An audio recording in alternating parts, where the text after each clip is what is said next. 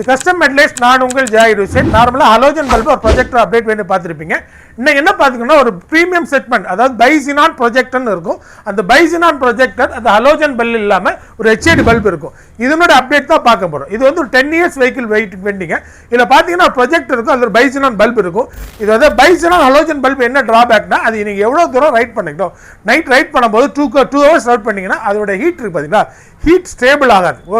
Heat stable ஆகிறதுக்காக என்னன்னா உள்ள வந்து ரிஃப்ளெக்ஷன் இருக்கு பார்த்தீங்களா, அந்த ப்ரொஜெக்டருக்குள்ள ரிஃப்ளெக்ஷன் வந்து ஃபேட் ஆயிடும். ஃபேட் ஆச்சுன்னா அந்த த்ரோ வந்து 4 ஆகுது கம்மியாகும். அதுக்காக என்ன பண்ணுறது, இந்த பைஎல்டி ப்ரொஜெக்டர். இது ரெண்டு என்ன டிஃப்ரெண்ட், இது பார்த்தீங்கன்னா பண்ணிருக்க இந்த பைஎல்டி ப்ரொஜெக்ட் வந்து உங்களுக்கு ஹீட் ஸ்டேபிள் ஆகும்.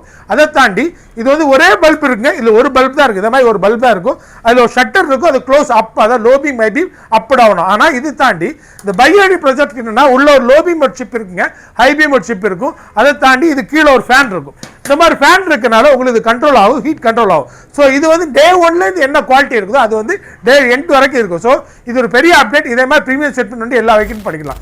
இது என்ன வண்டி பார்த்தீங்கன்னா ஆடி A4 வெஹிக்கிள். இன்னைக்கு ஒரு அப்டேட், இன்னொரு அப்டேட் பார்க்கலாம். தேங்க்யூ.